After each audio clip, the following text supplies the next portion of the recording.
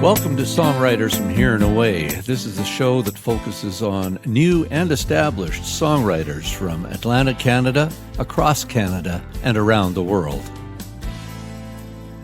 Hello, and thanks for tuning in. My name's Robert Campbell, and this week we have an artist from across Canada, over in Ontario. His name is James Gordon, and he's been around for many years and has many albums, many albums actually, and he's well worth checking out. I will have a lot of tunes on this set, and there are more songs on the podcast version.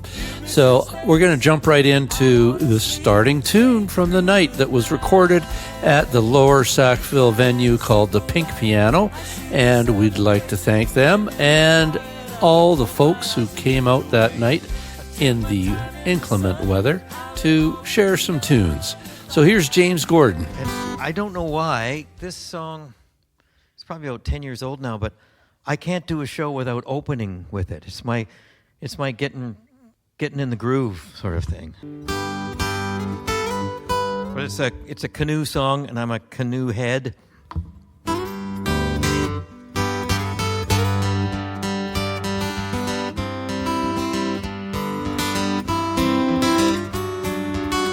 Here's your part. This canoe runs on water, doesn't need no gasoline. This canoe runs on water, prettiest thing you've ever seen. Well, she's made in Peterborough, out of love and cedar wood. Run your hands along her gunnel and it feels so good. This canoe runs on water, doesn't need no gasoline. This canoe runs on water, prettiest thing you've ever seen. Well, she floats on dreams and wishes, and tonight I'll dream of you.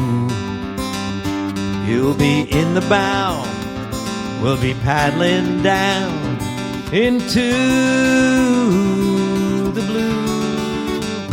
This canoe runs on water, doesn't need no gasoline. This canoe runs on water, prettiest thing you've ever seen.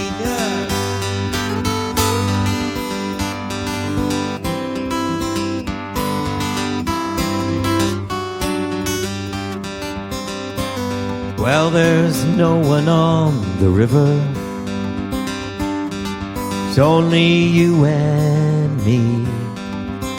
This little paddling song carries us along the sweet Otonabee. This canoe runs on water, doesn't need no gasoline. This canoe runs on water, prettiest thing you've ever seen. One more time. This canoe runs on water, doesn't need no gasoline. This canoe runs on water, prettiest thing you've ever seen, except for Lower Sackville, of course. There we go. Lovely singing. I think we're going to get along just fine. So one of the reasons that I am here, I'm an Ontario lad, but don't hold that against me. I think we'll do all right. But I do have an inordinate number of songs that I've written with maritime themes, and I'll get to some of those this evening. But I have a new album called Wrinkles and Scars. It's available up there. You can peruse the James Gordon Boutique at the break. And This is a song from that project. I found myself touring last year out in British Columbia during the worst of the wildfires. And in fact, just today coming through, we saw some of the devastation from the Nova Scotia fires. It's disturbing, isn't it? But it had a deep impact on me. And it wasn't just, there was smoke in the air and it was dark and gloomy, but I couldn't help think, okay, there's something going on here, and maybe we should think about doing something about it. I haven't seen that yet, so that's kind of what this song is about. But of course, the more people that purchase the album will do more things about it, right? Because they'll get activated, and I should have a sign up for it. Yeah. So it's got another singable chorus, I think. The song is called Wild Wind Blows. The wild wind blows through the valley. The fire grows by the day. It's time to go. Come on, Sally. That fatal glow, it's coming our way. Well, 7 generations now on that family farm. Somehow we made it through floods and drought. We managed to bounce back again when the bankers tried to close us out. The wild wind blows through the valley. The fire grows by the day. Time to go. Come on, Sally. That fatal glow, it's coming our way. Well, feel that heat, it's closing in. Close enough to scorch your skin. Sal, it's time to set the horses free. You'd think that all that thick black smoke would wake up all the anti-woke, but they stay too blind to see. Wild wind blows through the valley. Fire grows by the day. Time to go. Come on, Sally. That fatal glow, it's coming our way. While the earth is black, the sky is red, most of us still keep our heads in the smoldering sand. When the haze blocks out the sun, Sal, it's time for us to run. Where can we go in this troubled land?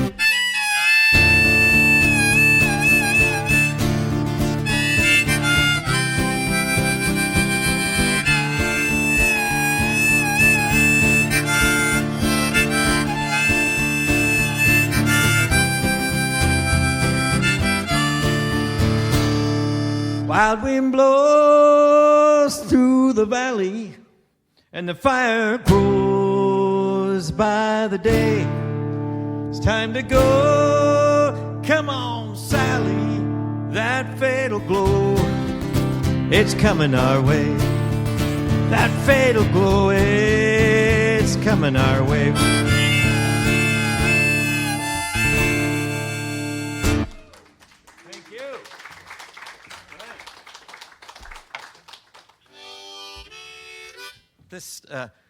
This is one of my songs that seems to have changed its story as it went along. It has a different meaning for me now. I'm fascinated with tales of the Arctic and the fur trade and stuff along the Arctic coasts. And I found this story that I'm about to relate in a book. Anyway, I wrote the song, I played it for my mother, and she said, she got all even whiter than she often is, and she said, where'd you hear that? I said, well, I just got it from a book, and she said, that's the story of your great-grandfather. And the story is, if you worked for the Hudson's Bay Company in one of those northern forts and fur trading posts, you were required to sign a contract that said you had to work for 7 years. Otherwise, they figured you'd be gone after the first winter, right? And the other clause that you had to sign was that you were forbidden to fraternize with the locals. And in this case, with this song, those were the Copper people, the Northern Cree, who were mistakenly called Chippewa, a lot of them. But so I used the mistaken name to keep it accurate with the mistakes they made. And it turns out, if my great-grandfather had observed rule number 2, I would not exist. So that's right. So it's called Chippewa Smile, which I can't promise I'll remember the entire thing, but I'm working my best, Maria.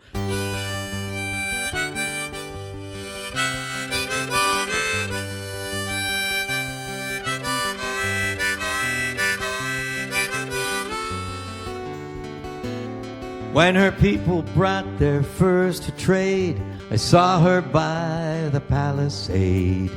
Such a fair and a bonny maid, I swore I'd never seen. Well, the governor's a surly sort, he says he runs a proper fort. No man of his will e'er consort the Copper and the Cree. Now each night in my cold bed, such dreams of her fill up my head. And this poor boy from the Orkney Isles will wake up with a Chippewa smile. It was the company that brought me here. I was indentured to them 7 years. One more winter, I'll be free and clear. I should be off and awa. I used to dream my ship was at the pier, but all thoughts of home have disappeared. My only wish was to be near my pretty Chippewa. Now each night in my cold bed, such dreams of her fill up my head. And this poor boy from the Orkney Isles wakes up with a Chippewa smile.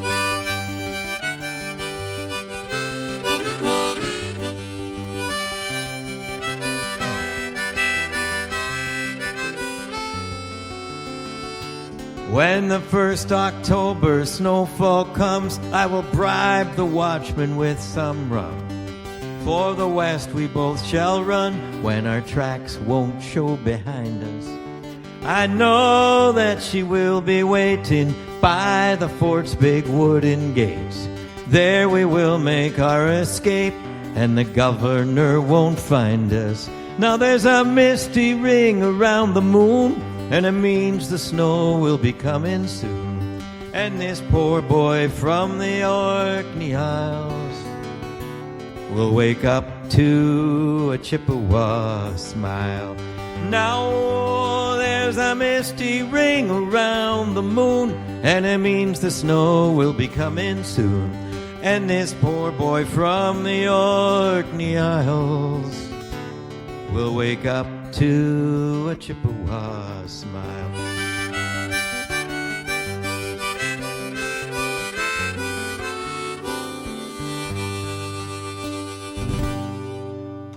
Thank you. And thanks, Maria. All right. So this is, I find if I'm in a new place, this is usually around the part of the program where I look out at the lovely audience and I can see them sometimes thinking, well, it's reasonably pleasant and everything, and nothing untoward has happened, so we're good, and we're in a comfy couch here. But there isn't anything that we recognize. So for the next 1 minute and 18 seconds, I will indulge you with something you might recognize. I noticed in the fine promotion that my new friend Robert did was mention my residency with it was a CBC radio songwriter-in-residence for a couple of radio shows. The national one was Arthur Black's show, Basic Black. And this was the theme song for a segment on the show called The Hum Line. Don't you remember that? And I can tell you now, because it's almost 20 years later, that it was fake. They had a little panel that I joined sometimes that included Dinah Christie, Danny Marks, forget a couple other folks, and you would phone in and you'd say, I've been thinking about this song. Do you know what this song is? And they'd hum a little bit. But they would send it to us in advance so that we would sound very clever when the show was on. So anyway, this is a song entirely made up of little bits of songs that you might recognize. And so I stole every line from other songs, but I still get royalties for it, though. Well, busted flat in Baton Rouge, West Virginia, with $1 in my hand. I'm sitting in a railway station, waiting for a train. I'm not sleepy and there ain't no place I'm going to. Take me home where the music's playing, home where the deer and the antelope play. I'm the train they call the city of New Orleans. Where I'm bound I can't tell, but the good times they're all gone, and I'll follow the sun. Here's the sad part. Well, and then I looked around me at those gray walls that surround me, and already I'm so lonesome I could cry. I've looked at love from both sides now, seen sunny days that I thought would never end. Well, it's hard, but it's harder to ignore it. The answer, my friend, is blowing in the wind. Rock-a-bye, sweet baby James. There we go. That's a true story. Yes, that's James Gordon, quite a storyteller, and he's got books and lots of albums out there, so look him up at jamesgordon.ca. And he is touring in northern BC, actually. Then this show goes to a couple of spots in northern BC where he is going to be playing. So look him up at a local venue if you can. This is Songwriters from Here and Away, and don't forget, this show will be extended on the podcast version. There's going to be probably another half hour of music and stories, and we would love to have you follow along on Patreon, Facebook, Instagram, YouTube. Look us up, Songwriters from Here and Away.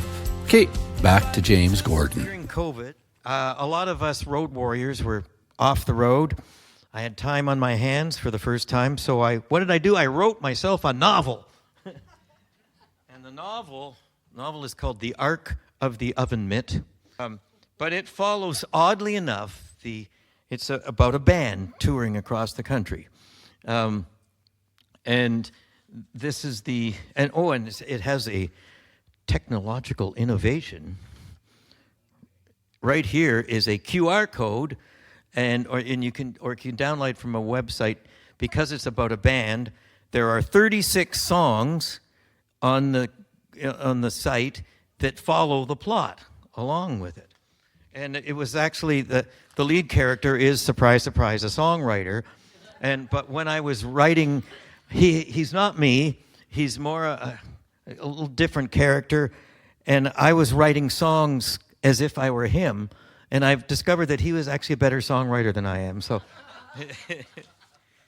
but this is how the book opens. In the crisp spring morning, when the sun is just peeking over the townhouses and the industrial malls to the east, a long line of cars snails from the road and back around a small building that is identical to thousands like it dotted across the waking landscape.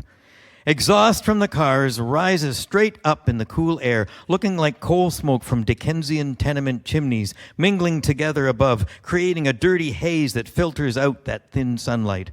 The cars are all lined up, pilgrims at a shrine dedicated to the memory of a dead hockey player. Hockey is sacred. Hockey is holy. So there is an air of reverence as the pilgrims pray with their engines idling, waiting to share in the corporate caffeine communion that keeps them coming back each morning at the same time. Eventually, each car makes it to a small window where they receive the communion like patients in a hospital ward receiving their medication. The cars are empty, save for single occupants, sleepy supplicants who hand over a tithe, a humble portion of their earnings offered so that they might receive the blessed cup of hot holy water, handed out by young virgins enslaved by the cult of the dead hockey player. Inside, the car radios squawk with classic rock, interrupted by chipper talk that urges the half-listeners to purchase products that come all the way from China, items that were once made right in their own towns by their parents and grandparents before all those factories closed. Many of the factories were now converted to loft condominiums where many of the owners of those cars live.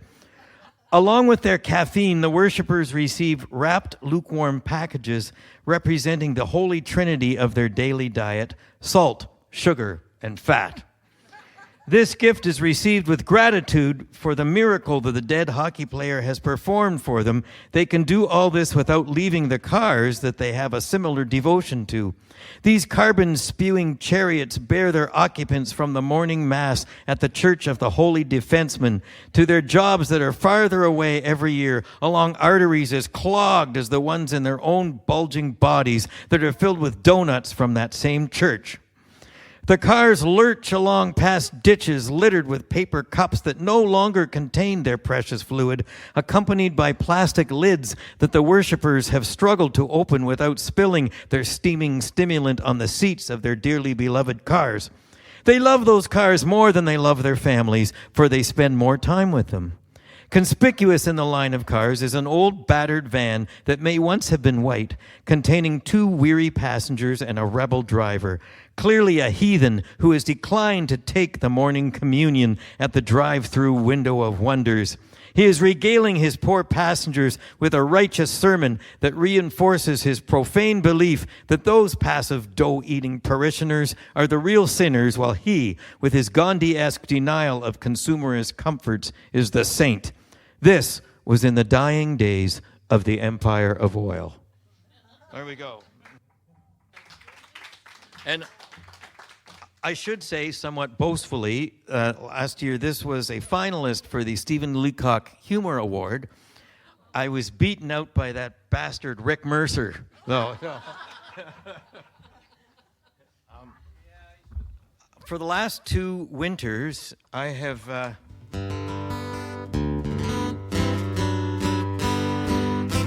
I've been to Africa, Rwanda specifically, working on a project there, trying to support a desperate village that is actually in the DRC, the Democratic Republic of the Congo, which is not democratic, but it's actually so dangerous there right now that I would meet with expats and folks that would come over into Rwanda, which is safe now, to talk about how we can get this project going.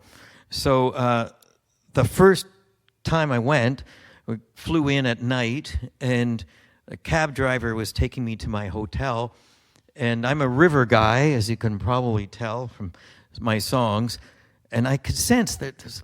I said to him, "Is there a river down along there?" And he said, "Yes, but do not go to it." And I said, "Why?" And he said, "That is where, during the genocide, they threw all the bodies." And I got to thinking about that, and the very next day I went to the Genocide Museum, which I would really recommend. It's very moving, explains a lot, gives you your colonial guilt about it was the Belgians mostly that created the conditions that led to that dispute. But the one thing I learned, the Genocide Museum was not just for their genocide. It talked about all the different ones and the Holocaust in Germany. And it makes me think with some current events that we've still not learned that lesson. So this is a song about that river. It's called Naya Barongo.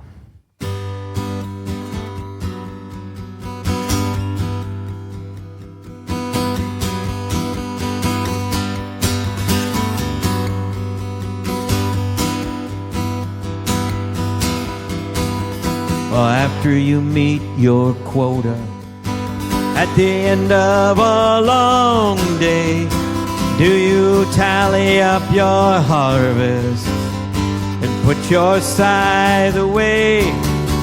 Do you walk past the church with your head held high? Do you whistle a tune to drown out the cries? What is the tale you tell your children when you tuck them into bed? About the Niagara and why it's flowing red, and why it's flowing red.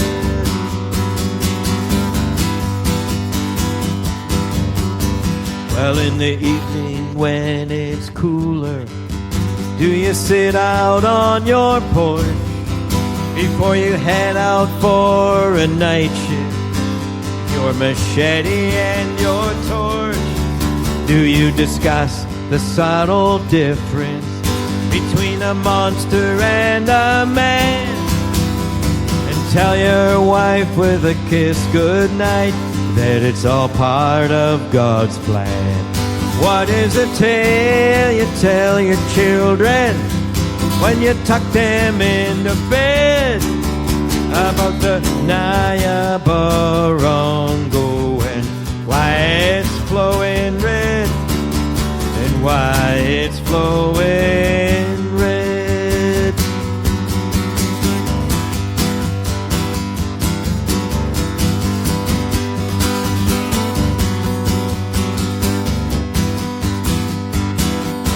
At night do you dream some demon's been released from its cage that contained that hate, that chained up that rage?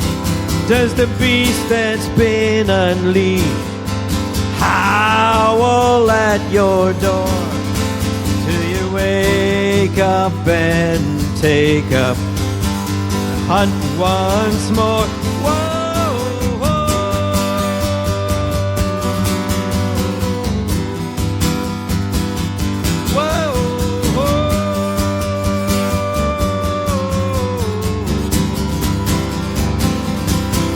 What is the tale you tell your children when you tuck them into bed? About the Niagara and why it's flowing red, and why it's flowing red.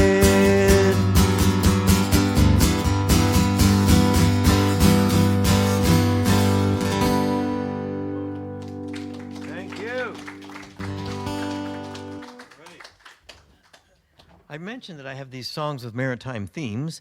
I think there's a few reasons for that. It's amazing, your maritime provinces, and I think you have retained, you Maritimers, something that in Ontario we've by and large lost, which is the art of storytelling. And it's been so cool just to hear the tales as I've been traveling through this week. And also the music that you make. I think there is a strange benefit to having a less than thriving economy for a while in the Maritimes, because you folks would gather in kitchens and make your own music instead of going to concerts or buying records. So it's maintained that spirit. So I wanted to capture that spirit a little bit. And just today, my wife Val is here. We had some friends that hosted us at a house concert last night, took us to a fishing village down the South Shore where they were harvesting herring. The song is called No Herring Left in the Bay. And I collected a story that I had actually read in a magazine when I was here a while ago. And I was captured by, it was an interview with a woman who worked in one of the fish packing plants, and it was going to close soon. And in the interview, she had one line that just jumped out at me. She said, "When I'm packing fish, I'm not thinking fish." And I thought, okay, there's something in there. So the whole song sort of was based around that.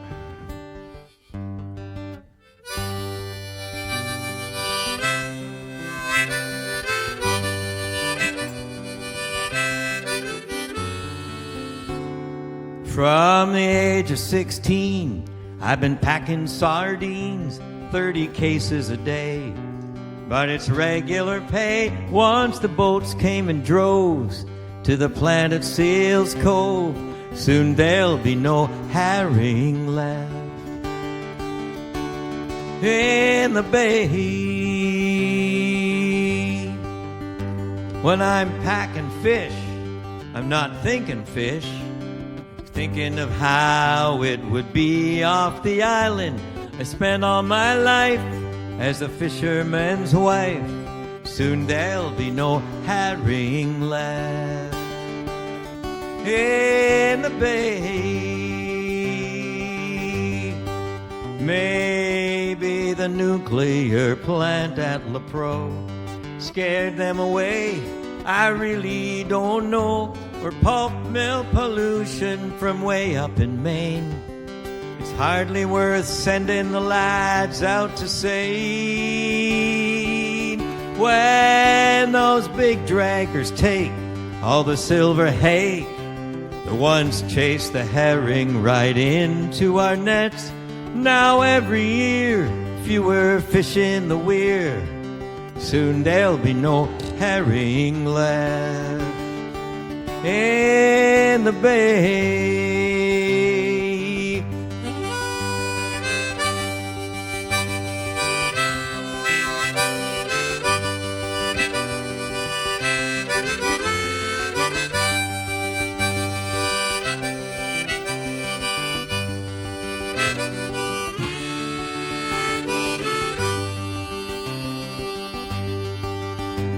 Potluck suppers on Fridays, didn't they have sometimes? They'll soon be all gone, we'll move to St. John. Soon there'll be no herring left in the bay.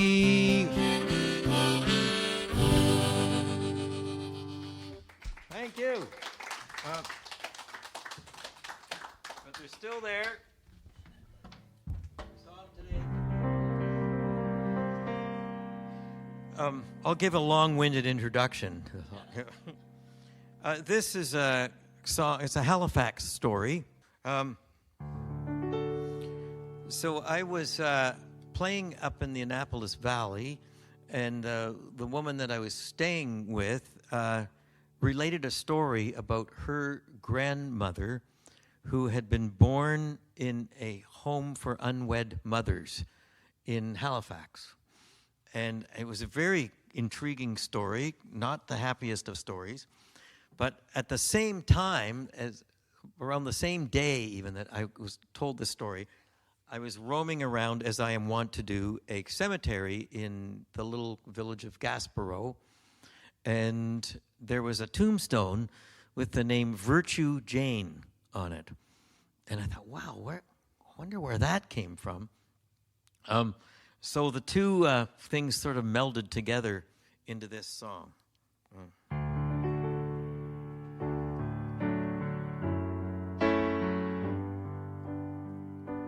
Well, they gave her the name of Virtue Jane, for at the home for unwed mothers, all the fallen women claimed it would give her a chance for a finer circumstance than the one they found themselves in, filled with sorrow and shame.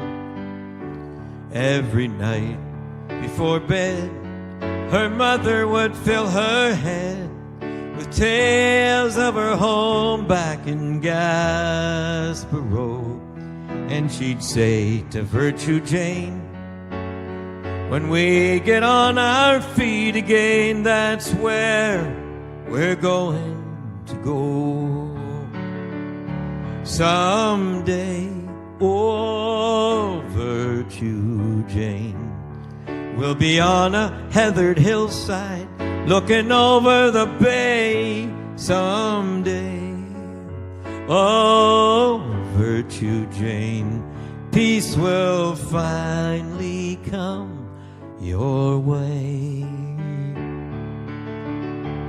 Ah, but fate was not that kind. Virtue Jane was only 9 when she found herself out on those bitter dockside streets alone, with no living to be made except her mother's old trade. And just that name, Virtue Jane, was all she had to call her own. On a pallet, on the ground, out behind the Rose and Crown, for a few Yankee dollars, hardened sailors laid her down.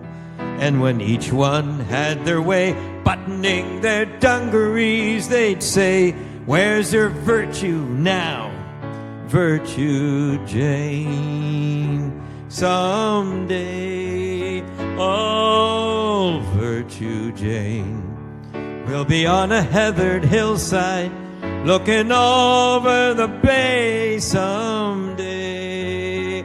Oh, Virtue Jane, peace will finally come your way.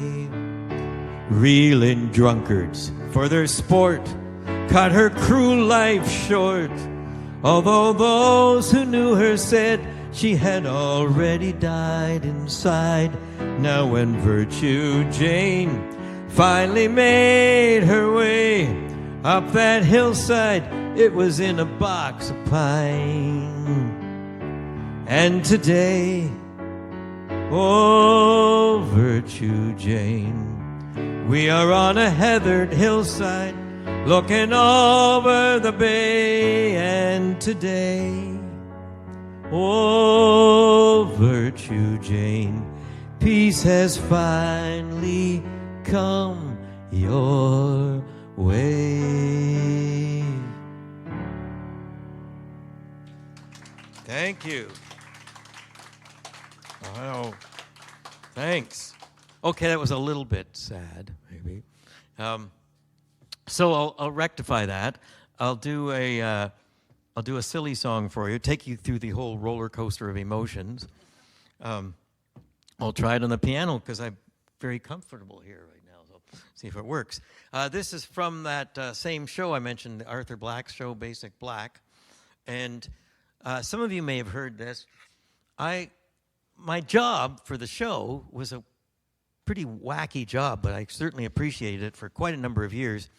I was required to listen to the show Saturday mornings, and I would have to pick one of the interviews or features, skits, and write a song about that for the next week's show.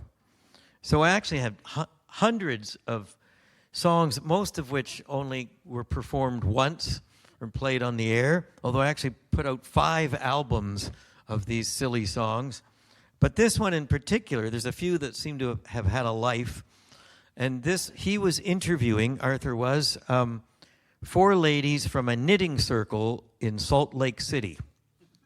And the reason they were on the show, they were engaged in a strange activity. They were knitting sweaters for penguins. And the reason is, you might well ask, that there was a research station in Antarctica that found that penguins were getting stuck in oil slicks because part of the new age. And oil, all you politicians out there, is toxic. So they had to prevent them from cleaning themselves, or they'd be ex-penguins very quickly. So they thought, well, what do? We need to wrap them up and then look after them a bit and then throw them back into a cleaner part of the ocean. So they thought, hey, sweaters would be good. So they asked these knitting circles. They said, okay, knit us some penguin sweaters. So I thought, well, there is a song subject. All the other good topics had been taken by then. So after I wrote the song you're about to hear, the CBC airway, the phone lines and email, they were flooded, not for requests for the song, but for the pattern. People wanted the pattern so that they, too, could help save the planet by knitting a sweater for a penguin. And so the the song traveled a bit. It was actually became a story. It was quoted in the Wall Street Journal and Newsweek magazine, and eventually it made its way to that research station, who sent me the only email I'm ever likely to get from Antarctica, that thanked me for the song, pointed out a couple of errors, and begged me to never sing it again. So don't tell them. The reason being, because of the power of folk music, they now have a warehouse outside their station that contains more than 10,000 sweaters that had been sent from all over the world for the little penguins. And I still get, this is a while ago now, I still get fans sending me little knitted sweaters in the mail with little penguins that they're put on. It's very cool. So, and in fact, I was playing the song in New York once, and 2 women came up out of the audience at the break and said that their summer job had been putting the sweaters on the penguins. Very cool. So here's the song. There are things you can do. You could do some knitting along. You can hooraying. Yeah, you can show your sweaters off. There's, of course, amazing applause at the end. You can manage that too. But here, and there's parts for singing along. It goes like this. Well, the ladies and I used to always do our bit when the boys were over there. For the cause, we all would knit them socks and underwear. But it's been a trifle slow since they all came home, But now we've found a way to show we really care. We're knitting sweaters for penguins. It does wonders for their self-esteem. Sweaters for penguins in the colors of their favorite hockey team, Pittsburgh. Sweaters for penguins. Everybody shout hooray. You want to have some nice clothes sitting on those ice floe sweaters for penguins today. We're knitting sweaters for penguins, so life for them won't seem so black and white. Sweaters for penguins, so they'll feel less formal going out at night.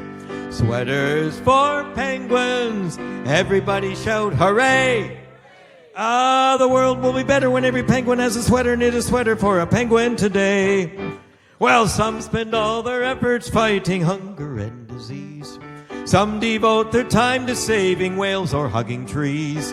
We feel that these endeavors have volunteers enough, so we work to keep poor penguins from remaining in the buff.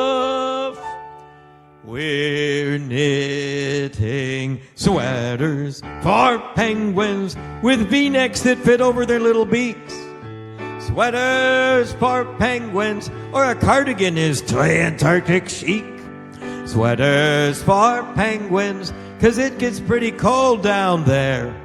Sweaters for penguins, they need good British wool to wear. Sweaters for penguins, everybody shout hooray!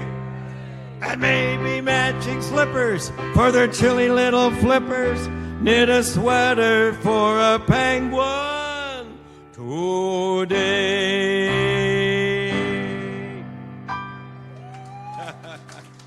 There we go. Nicely done. Yeah. So actually, there's a sequel I recorded to the same research station, sequel called Pouches for Wombats. Yeah. Well, it's easy to see why James Gordon was a popular songwriter for a variety show on the radio. Meanwhile, I'd like to invite you to follow along Songwriters from Here and Away on YouTube, on Patreon, where we do live streams from time to time and have some video as well as Facebook and Instagram. We are going to finish off the radio portion of this show right now.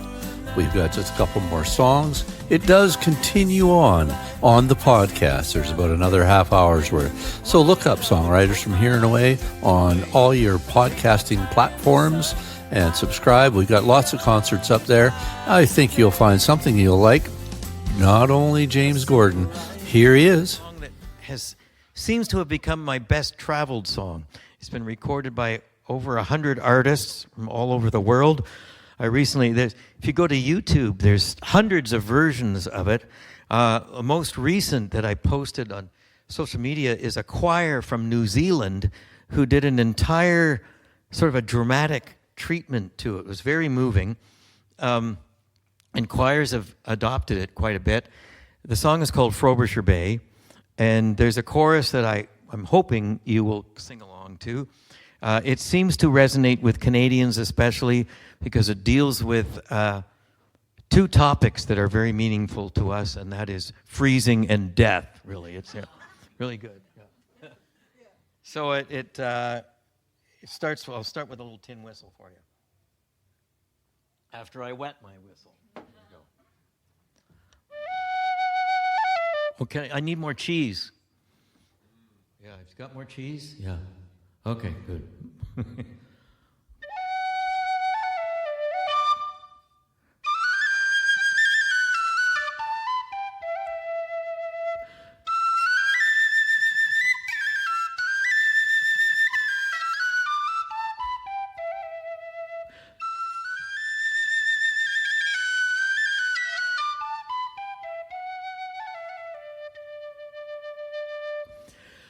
Cold is the Arctic Sea, far are your arms from me. Long will this winter be, frozen in Frobisher Bay, frozen in Frobisher Bay. Oh, one more whale, our captain cried. One more whale, then we'll beat the ice. But the winter star was in the sky. The seas were rough, the winds were high. And here's your part. And cold is the Arctic Sea, far are your arms from me. Long will this winter be, frozen in Frobisher Bay, frozen in Frobisher Bay. Oh, deep were the crashing waves that tore our whaler's mast away. And dark are these sunless days, waiting for the ice to break. And cold is the Arctic Sea, far are your arms from me. Long will this winter be, frozen in Frobisher Bay, frozen in Frobisher Bay. Oh, strange is the whaler's fate, to be saved from the raging waves, only to waste away, frozen in this lonely grave. And cold is the Arctic Sea, far are your arms from me. Long will this winter be, frozen in Frobisher Bay, frozen in Frobisher Bay.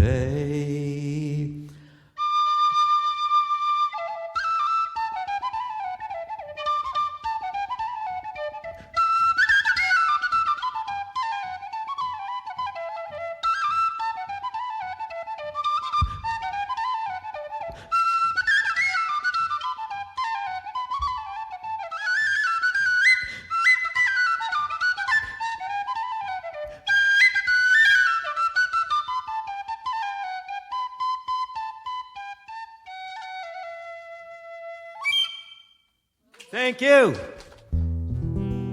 So appreciative of your support for live music, and it's an awesome thing that Robert is doing. It's also important to support a great venue like this too, and they're new at it, and I think they're going to become a real community hub here. So you can go for it.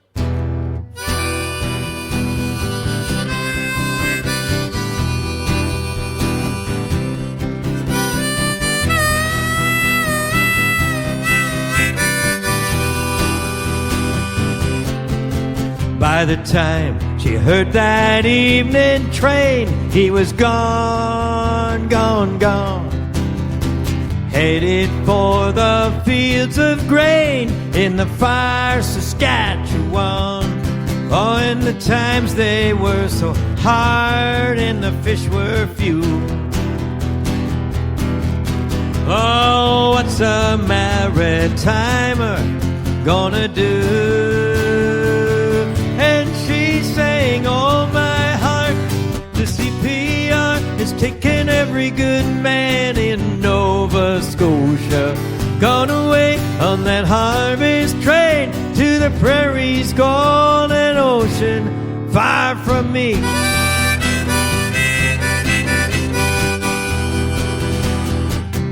Well, now she had sensed his restlessness ever since the autumn came.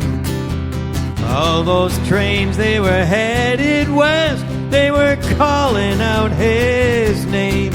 Every time she heard that whistle blow,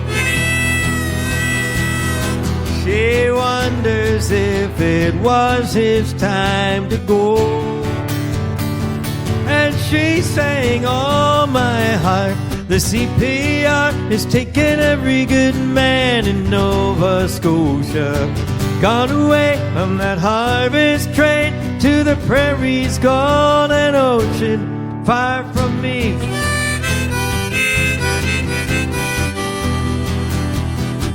She said, I curse you, William Cornelius Van Horn. You don't know what you done.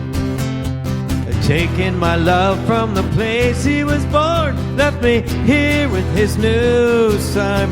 On the prairies always seemed so far away before. Now the railways come, made them as close as, and all aboard. And she sang, oh my heart, the CPR is taking every good man in Nova Scotia. Gone away from that harvest train to the prairies, golden ocean, far from me, far from me, far from me.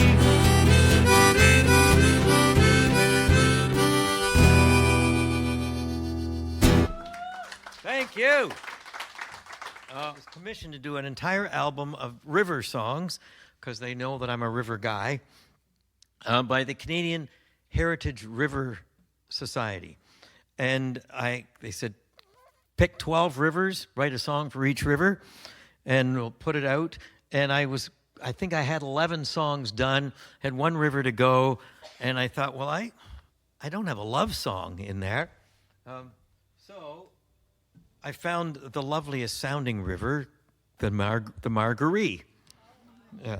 So this is Maggie of the Margaree. A fisherman's daughter, the fairest on the isle. I'd see her by the water, she'd show a shy smile. Salmon in the autumn, alewives in the spring. Maggie's father caught them, but Maggie caught me.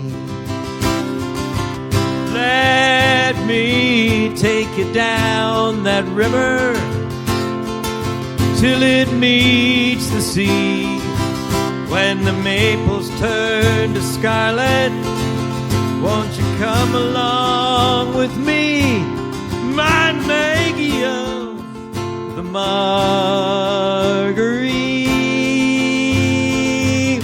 We'd linger a while in the braes and the glens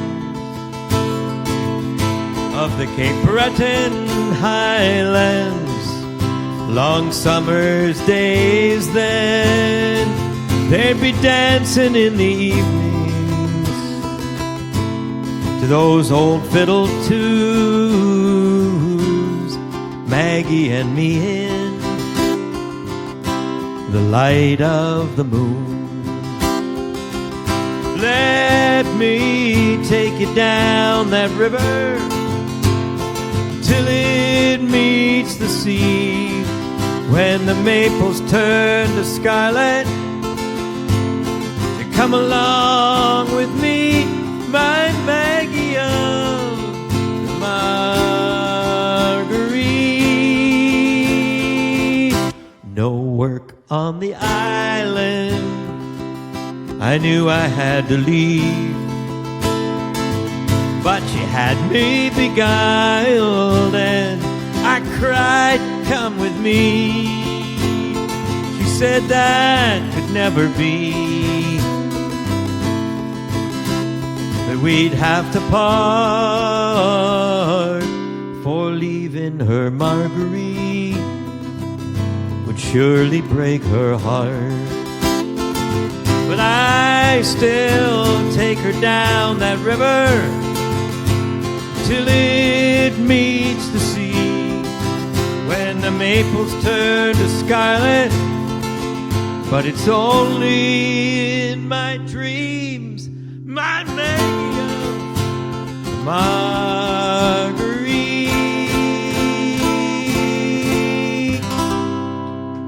Thank you. I find in these challenging times, I don't know about you, I tend to alternate between hope and despair, almost by the hour, right? So I'm very hopeful this evening because look at this nice group of people. That's sort of where this came from. I see a beautiful earth, so green and so blue, a place of rebirth, all shiny and new. Now it's taken me a lot to finally understand those are just crazy thoughts of a foolish old man. I see a world without war, no selfish greed, where we all look out for each other's needs. But now it seems to me I was just in dreamland, just a fantasy of a foolish old man. That map that I made, my brilliant plan, is all washed away. It was written in sand by a foolish old man.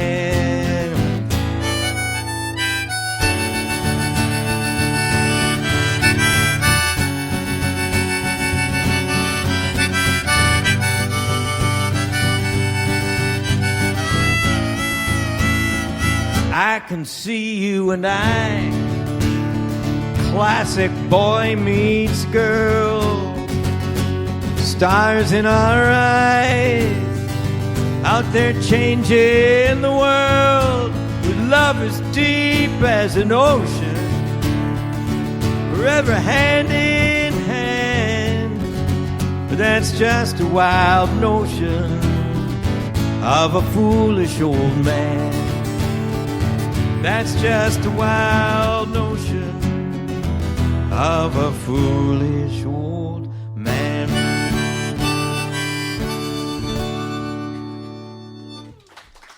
Thank you. All right. So I'm very pleased to have my friend and big supporter, Maria, right in the front row here, who has made a request that I'm going to attempt to honor right now. If I can find the right harmonica for it. Here we go. I find myself playing in the United States a fair bit. Although after next month, maybe our border's going to be closed. Who knows? But a lot of the folk clubs there, or songwriter venues, are in churches or church basements or church halls. And I always know that I might be in a little spot of trouble, being a rabble-rouser, when I go in and there's a great big blonde, blue-eyed Jesus on the wall. Have you noticed? Yeah. You've noticed this phenomena? And I don't know where it comes from, but when you look at each of those places, there is a movement in the United States which, in my belief, has invented its own kind of twisted form of Christianity that matches their values, not the values that we would associate with Christianity.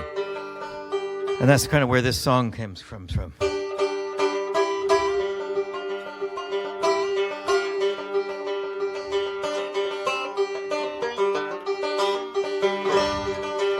They got a blue-eyed Jesus, preaches the gospel of hate. They got a blue-eyed Jesus, preaches the gospel of hate. A platoon of believers, they were storming the gates. American Taliban, they're everywhere but hard to see. American Taliban, they look just like you and me. They say they want their freedom, but what they really want is to take yours. They say they want their freedom, but what they really want is to take yours. There come a day when you'll see them knocking at your doors. American Taliban, they're everywhere but hard to see. American Taliban, they look just like you and me. They put fear in your children with their AR-15s. They put fear in your children with their AR-15s. It is clear they don't mind killing to drive us to our knees. American Taliban, they're everywhere but hard to see. American Taliban, they look just like you and me. They got a blue-eyed Jesus. Thank you. Okay, now something even more different. Right. Yeah, I'm using my cheat sheet sometimes here because I've written too many songs and I do it regionally. Next month, I have British Columbia, and I probably have half a dozen British Columbia songs to dish out for them too. A song from Sydney, the story comes from Coke Oven Brook. Is a little creek that runs through the city. And I had read an interview with a gentleman who he was walking his dog night, and his dog fell in the creek, and the dog glowed orange after from the pollution. That's where this goes.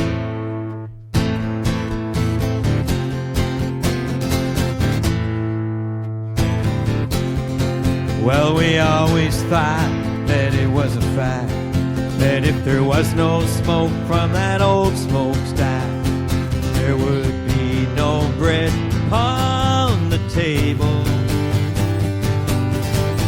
We owed our lives to Sydney Steel.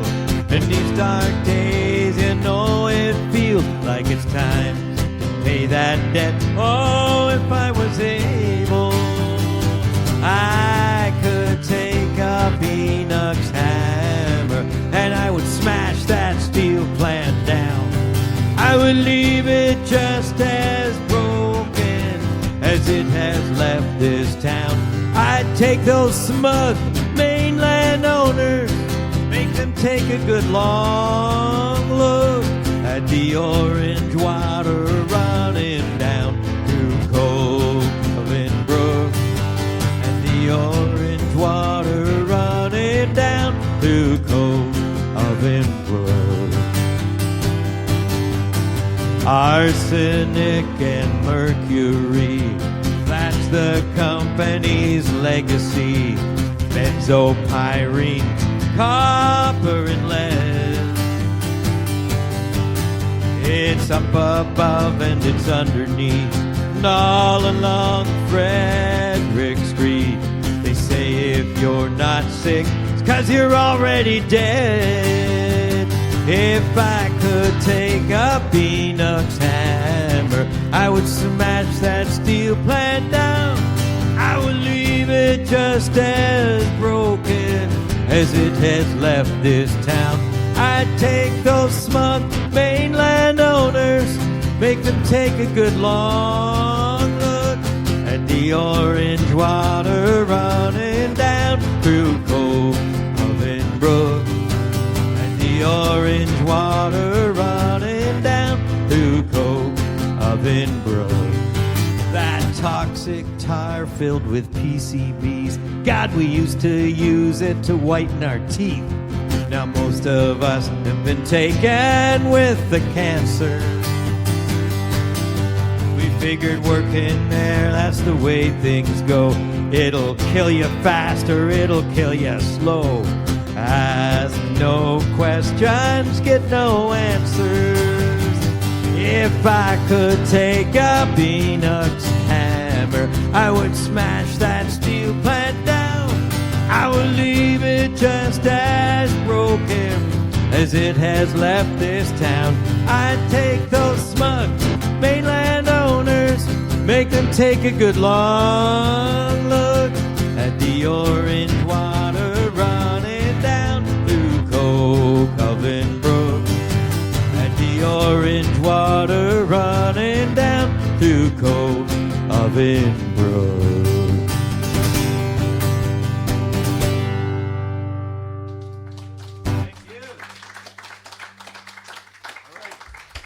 And now, as promised, I have a short reading for you. Everything I do is short. From this, The Highway and I. So this is all my road stories. Someone said they read the book and thought, well, you've had a disastrous career. Because the story-worthy songs are all the weird gigs, one where something weird happens. But someone asked for this last night, and I thought, well, it could make sense because we're coming into the holiday season soon enough. This is a story. It comes from Meaford, Ontario, at the Farm Machinery Dealership Christmas Party. I only take the really glamorous gigs, as you can tell. So, here we go. I've been engaged to provide half an hour of after-dinner entertainment for the 80 or so employees and family members of a local farm equipment machinery dealer. No gig is too small or obscure for me to accept. The Wing Ding is in an old one-room schoolhouse down a concession road, now converted into a little community hall. I arrive and I'm surprised to find that they have a band waiting for me. It consists of the 87-year-old patriarch of the company on the violin, along with his two pals on clarinet and piano. They play pre-dinner swing tunes and old standards, and I join along on guitar and vocals. We have a lot of fun. The clarinet player insists that we play everything in B-flat or E-flat, so I get quite a workout. Little kids cling to the fiddle player's legs as his bow grazes the tops of their blonde heads. The piano player balances a bottle of beer on the edge of the piano, deftly catching it and taking a swig each time it starts to fall off from the vibration of his heavy thumping style. Dinner arrives looking disturbingly familiar. It is a virtual carbon copy of the turkey dinner I had at the Minto Township gig the week before. In rural Ontario, and I suspect in Nova Scotia too, there are rules regarding banquets like this, and they are strictly observed. Here is the tried and true recipe for a successful community hall church ladies' supper. Dinner for 200. 1. Roast turkey. Cook until perfectly tender and juicy. Then cook 1 hour more till all moisture and flavor has been removed. Remove from oven. Cut into large hunks. Then leave out uncovered on platters for 2 hours or until crust forms on pieces. 2. Make a Matterhorn of mashed potatoes. Make a smaller amount of mashed turnip for the really adventurous. 3. Peas and corn. Remember, this is farm country. Farmers apparently do not want to see fresh produce as they have been watching it grow all year. Dish out straight from the can only. 4. Stuffing. Use only bread and celery. Do not use any seasoning. 5. Jellied salad. Contrary to the opinion of many urban culinary experts, Jell-O and cabbage can be mixed together in one dish. 6. Gravy. Serve in gravy boats as large as actual boats. Do not remove fat. No substitutions or additions, please. How to eat dinner. 1. Fill a plate to overflowing. Cover entire surface with gravy, then cover gravy with salt. 2. Empty the entire plate in 5 minutes. And yet, there is something indescribably pleasing about this meal when it comes. There is a ritual blandness to it that is deeply comforting. The sameness of it all is oddly reassuring. This particular meal seems to have something special about it, though. It has been prepared by local farm wives who formed a small catering business a few years back when times were as tough as the chewy drumsticks they serve. The farm machinery employees wolf down their meals with proper smacks of appreciation, but the women diners are extra excited. Apparently, the formula has been altered in some subtle, mysterious way that I, an alien, cannot detect. It's very innovative, says one lady. Very creative, remarks another. Such imagination. The gals certainly have a flair for food. How did they dream this up, one wants to know. The secret eludes me. What was the slight variation that set their taste-deprived tongues wagging? There is a reason for eating the main course quickly, though. Everywhere this archetypical communal supper is served, the ladies reserve their true genius for the pies. Yeah. The pies are the complete opposite of the meal. It's always this way. They are perfection. Mince, pumpkin, cherry, apple, rhubarb, lemon meringue, all are prepared with a passion and commitment that has been absent till this moment. The pies are the real reason we are all there. The pies are what keeps rural society together. The pies are really, really delicious, except that as soon as they appear, it is my turn to go to work. They eat, I play, I go home. Thank you. Okay, now I have a canoeing friend here. All right. So I'm going to try a canoeing song for you. This is why I think the last copy, is it the last copy sold of the songbook? Maybe. I have the James Gordon songbook. I didn't actually write it for you. I wrote it for me so that I can remember my songs when they come up. So this is called That Old Cedar Strip. And my American record label, the president of it, lived in Chicago, and I could use a C harmonica. When I would visit him, he would always like to show me his Canadian, made in Peterborough, canoe, cedar strip canoe. It was on the ceiling of his garage. And I always say, well, Alan, did you get it down? Did you get it in the water? And they said, oh, I used to. And so I said, I just don't really use it anymore. I thought he would give it to me as a signing bonus, but he didn't. But I now have my own lovely red cedar strip canoe, whose name is Pauline, named after Pauline Johnson, who has a good canoeing poem. So anyway, here's that old cedar strip. Well, I bought that old cedar strip when I was just 19, with my very first summer wages. We'd take it up the old French River, where the air was fresh and clean. Ah, Jenny, we haven't been there in ages. After we got married, we seldom used that little boat. We were raising 2 sons and a daughter, and I got busy trying to keep this business afloat, instead of floating on those pure northern waters. Sometimes I pull the Buick out into the driveway, set that canoe down on the floor of the garage. Pretty soon there's nothing left in my way but reality and 1,000-mile portage. And I paddle past the shopping malls, power plants, the factory walls. Across the cool, clear dream, I hear the loom's lonesome call. For a moment I'm in the wilderness. Jenny, how did it come to this? How did me and that cedar strip end up here at all?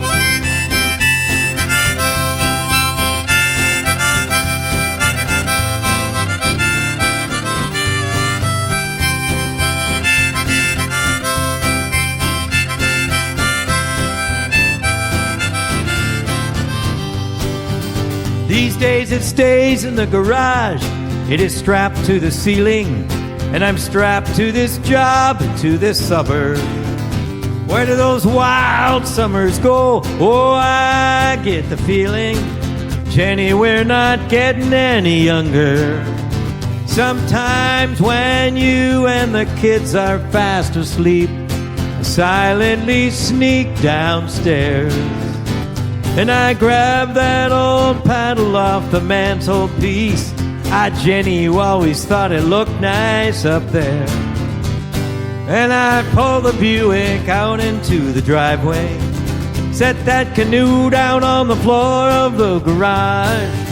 Pretty soon there's nothing left in my way but reality and 1,000-mile portage.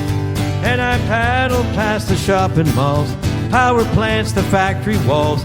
Across a cool, clear dream, I hear the loon's lonesome call. For a moment I'm in the wilderness. Jenny, how did it come to this? How did me and that cedar strip end up here at all?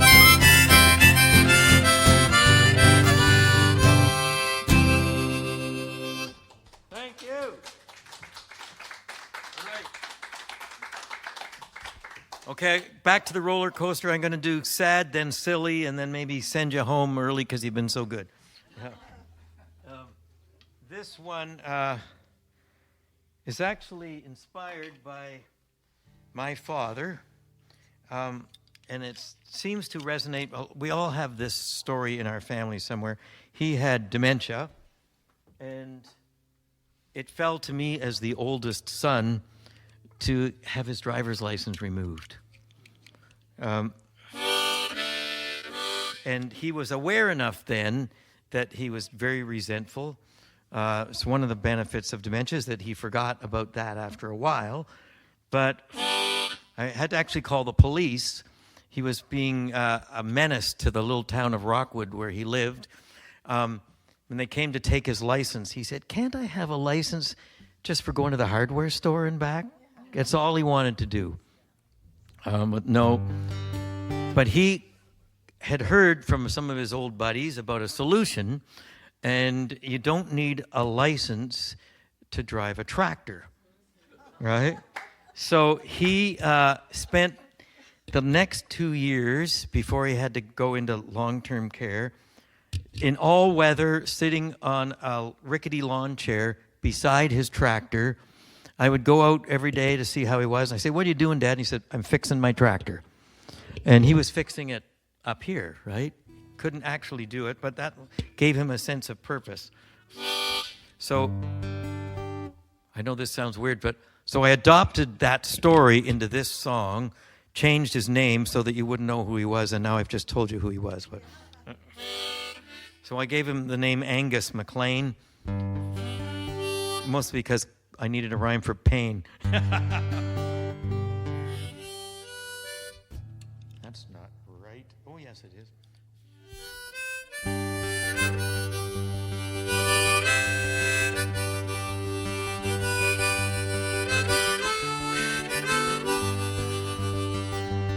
On that awful day, they took my license away. They might as well have taken me out back and shot me. Bit by bit they steal everything that makes me feel like a man. Time has tracked me down and caught me. Well, the auctioneer, he's on his way here to take everything except my pain. What am I bid? How much to get rid of one old man named Angus MacLean?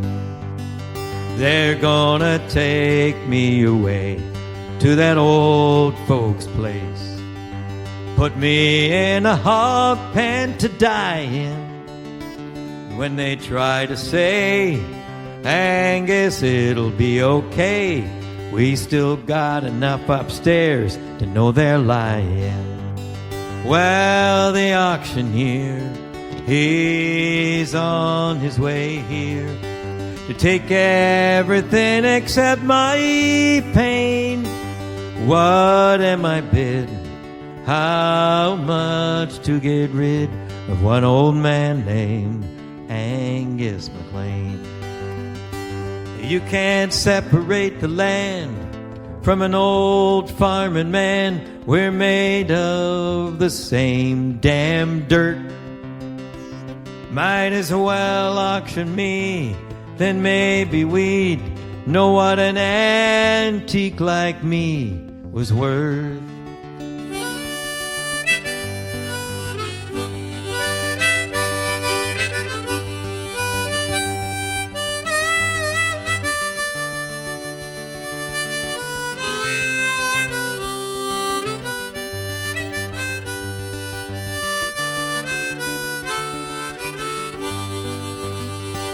One more trip into town on this old David Brown. Don't need no license for that. Then we'll sit in the barn till we auction off this farm, and we're sold off together for scrap.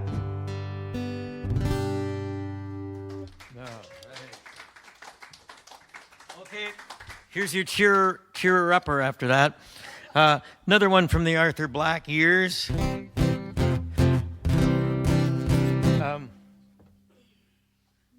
This one, this one, I can't believe I have two knitting songs for you. It doesn't make any sense. This is about a woman who lives not too far from me. I'm in Guelph, Ontario. She's in Kitchener, and she will knit for you a sweater from the hair of your deceased pet. Have you heard of this? It's a thing. And I actually asked her, we did the show together live. I said, why does the pet have to be dead? Because, you know, they're always shedding. She could just collect the hair. But she's, no, people ask, they want to remember their pets. And she does this for them. It actually made terrible radio. She was holding up these sweaters on the radio. But I got this song out of it, So All Was Not Lost.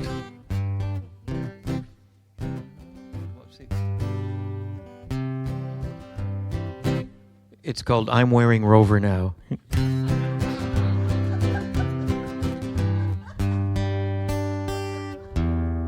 actually going to try being in tune for it.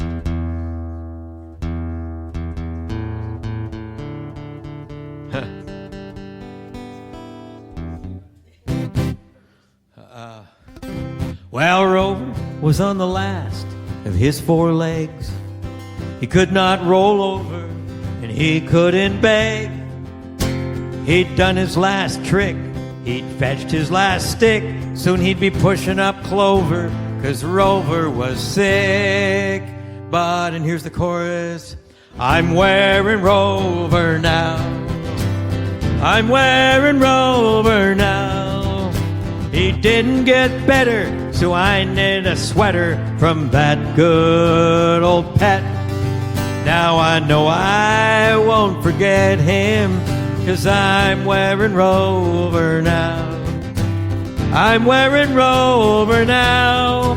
Since his dog days are over, I made a pullover from Rover. Now he's all over me now. I needed something to remember him by. I thought about stuffing that noble canine. But I took a look at that dying Irish setter, and I realized that he'd make a great sweater. 'Cause I'm wearing Rover now. I'm wearing Rover now. Since his dog days are over, I made a pullover from Rover. Now he's all over me now. When your poodle has breathed its last bad breath, then turn him into a nice shawl. Knit an Afghan from your Afghan. When you're cold, it'll come when you call. And I'm wearing Rover now. I'm wearing Rover now. Since his dog days are over, I made a pullover from Rover. Big finish. Now he's all over me now.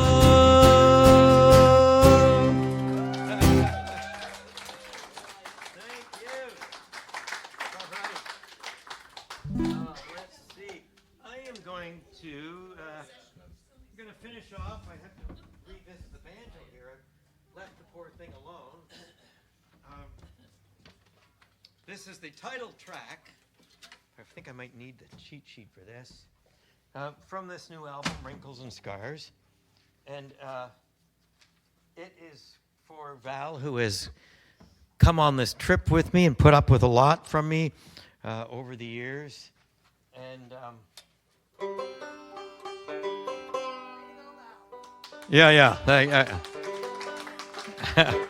I'm 60 freaking 9 years old, and it's hard sometimes. And there's ageism in this business as well as everything else. So, but I've decided this song to embrace that rather than to rail against it. So that's what this song's about. Well, we earned all these wrinkles, we earned all these scars, and we wear them like badges, 'cause we made it this far. We got near as many as those twinkling stars. We earned all these wrinkles, we earned all these scars. I got mine playing guitars in these honky-tonk bars. Living the dream, boys, living the dream. You got yours putting up with me so thanklessly. Don't know how you did it, actually. We earned all these wrinkles, we earned all these scars, and we wear them like badges, 'cause we made it this far. We got near as many as those twinkling stars. We earned all these wrinkles, we earned all these scars. Sometimes we do an inventory, 'cause each one tells a story, and counting them up's kind of fun. We add up each other's under the covers. Our work is never done. We earned all these wrinkles, we earned all these scars, and we made badges, 'cause we made it this far. We got near as many as those twinkling stars. We earned all these wrinkles. We earned all these scars. We used to hate 'em. Now we celebrate 'em. Top to floppy bottom. Those bumps along the way got us where we are today. We're so grateful that we got 'em. We earned all these wrinkles. We earned all these scars. Thank you, everybody. Thanks to Robert. Thanks to their crew here. Thanks to everybody. See you next time.